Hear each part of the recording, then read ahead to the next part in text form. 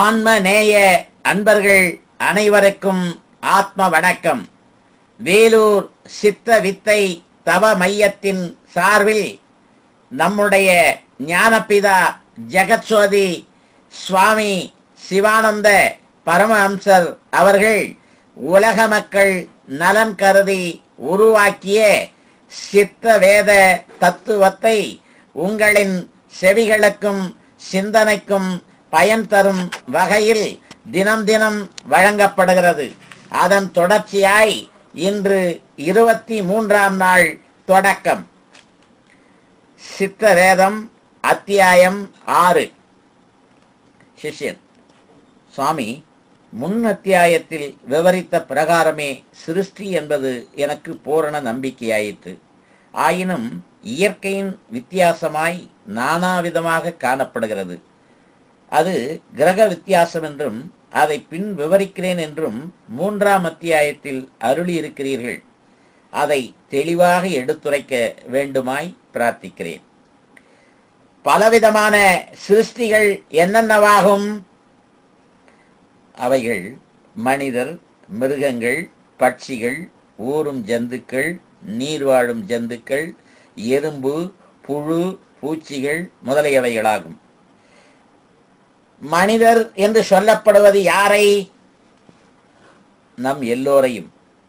நம்மை மனிதர் என்று சொல்ல காரணம் என்னவாகும்? விசேஷ புத்தி இருப்பதனால். மற்ற ஜந்துகளுக்கோ விசேஷ புத்தி இல்லை. ஆனால் அந்த நம்பிக்கை தவறு. விசேஷ புத்தி இல்லாதது நமக்காகும். பாக்கி எத்தனை விதமான ஜந்துக்கள் இருக்கின்றன என்று நாம் அபிமானித்துக் கொண்டிருக்கிறோமோ அவைகளுக்கெல்லாம் விசேஷ புத்தி உண்டு. அது ஏனென்றால் ஆகாரம், நித்திரை, மைதுனம், அதாவது உணவு, தூக்கம், சம்போகம் இவைகள் சகல ஜீவிகளுக்கும் உண்டு.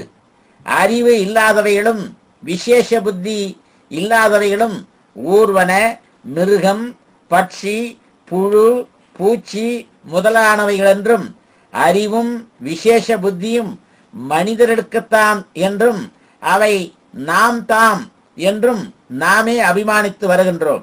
இந்த பிரகாரத்தில்தான் எல்லா ஜீவிகளும் தாம் தாம் மனிதர் என்று கருதுகின்றன. உண்மையில் மனிதர் என்று ஒரு சிருஷ்டி இல்லாததாகும். சிருஷ்டியில் இப்பொழுது காணப்படுவது மிருகங்களே ஆகும்.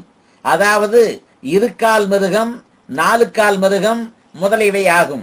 நாமே மனிதர் என்றும் நமக்கே விசேஷ புத்தி உண்டென்றும் கருதி இருப்பதை எதை கொண்டும் ஸ்தாபிக்க முடியாது. காரணம், நாம் ஒரு கிளிப்பிள்ளையை பிடித்து வளர்த்து சில நாள் அத்துடன் பழகி அக்கா அக்கா, ரங்கா ரங்கா என்றும் பலவிதமாக சொல்லிக் கொடுத்து அதனை சொல்லும்படி கற்றுக் கொடுக்கிறோம்.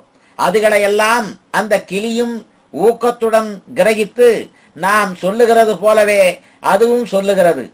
அதுவுமின்றி எந்த விதமான மொழியில் அந்த கிளி முன்பாக நாம் பேசுகிறோமோ அந்த வார்த்தைகளையெல்லாம் நாளடைவில் அந்த கிளியும் பேசுகிறது. அதற்கு விசேஷ புத்தி இல்லாவிட்டால் நம்முடைய வார்த்தைகளை கிரகிப்பதற்கும் அதன்படி பேசுவதற்கும் முடியாமல் இருந்திருக்கும்.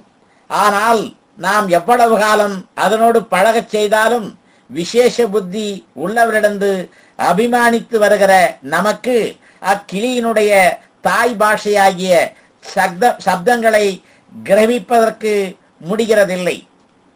அது நம்முடைய மனதில் பதிகிறதும் இல்லை. சுவாமி, கிளிகட்கும் மிருகங்கட்கும் பாஷைகளான ஒரு பேச்சும் இல்லை அல்லவா? அந்தப்படி ஒருபோதும் சொல்லக்கூடாது. உலகில் எத்தனை வகையான ஜீவிகள் இருக்கின்றனவோ அத்தனை பாஷைகளும் இருக்கின்றன. ஆனால் நாம் அவைகளை அறிகிறதில்லை. அது எப்படி எனில், உனக்கு தமிழ் ஒரு பாஷை மாத்திரம் தெரியும். அப்படி இருக்கிற உங்களுடைய முன்னிலையில் ஒரு இந்துஸ்தானிக்காரன் இந்துஸ்தானியும், ஒரு ஆங்கிலேயன் ஆங்கிலமும், ஒரு கன்னடக்காரன் கன்னடமும் பேசுவதானால் உமக்கு தெரிகிறதுண்டோ? இல்லை. காரணம் என்ன? அந்த பாஷைகளை நாம் படிக்காததினால்.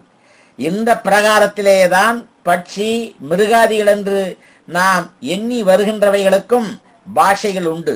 அதுகளை நீங்கள் படிக்காததினால் தெரியாததாகும். தவிர மிருகங்கள் என்று நாம் கருதி வருகின்றவருடைய கூட்டத்திலிருந்து ஒன்று பிரிந்து போனால் அதனை மற்றவைகள் கூப்பிடுகின்றதென தெரிந்து பதில் தொனி கொடுத்து ஓடி அந்த கூட்டத்தில் வந்து சேருகின்றது.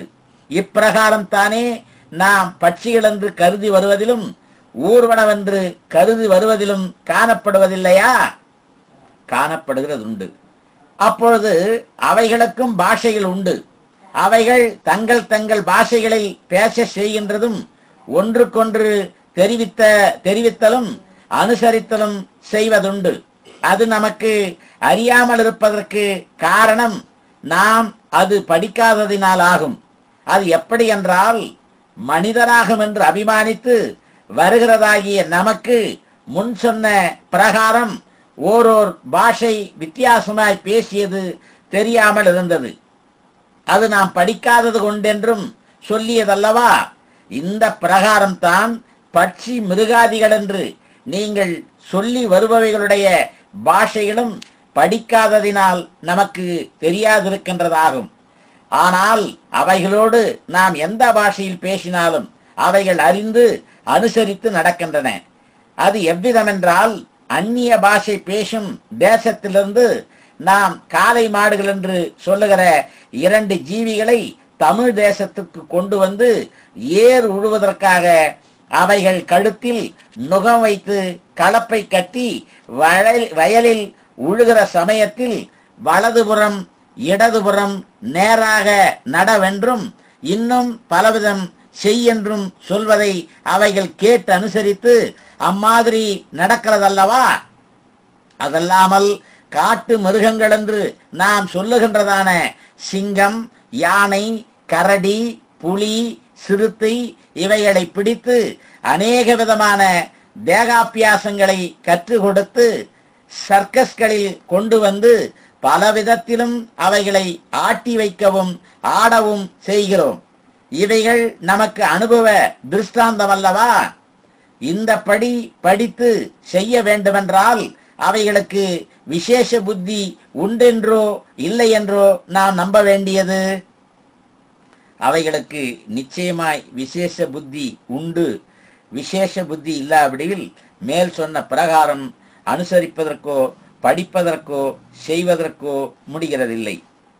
தவிர நமக்கு விசேஷ புத்தி இல்லை என்றும் விசேஷ புத்தியும் அறிவும் உள்ளது நாம் இப்பொழுது மிருகம் முதலானவைகள் என்று கருதி வருகின்றவைகளுக்குத்தான் இருக்கிறது என்பதற்கும் உதாரணம், நமக்கு நம்முடைய தாய் பாஷையை தவிர மற்றொரு பாஷை படிக்க வேண்டுமென்றால் அந்த பாஷையினுடைய பொருள் நம்முடைய தாய் பாஷையில் சொல்லித் தராமல் அந்த பாஷை மாத்திரம் சொல்லித் தந்தால் அதனுடைய பொருள் தெரிந்து கொள்ளவோ அந்த பாஷையில் படிக்கவோ முடியுமா?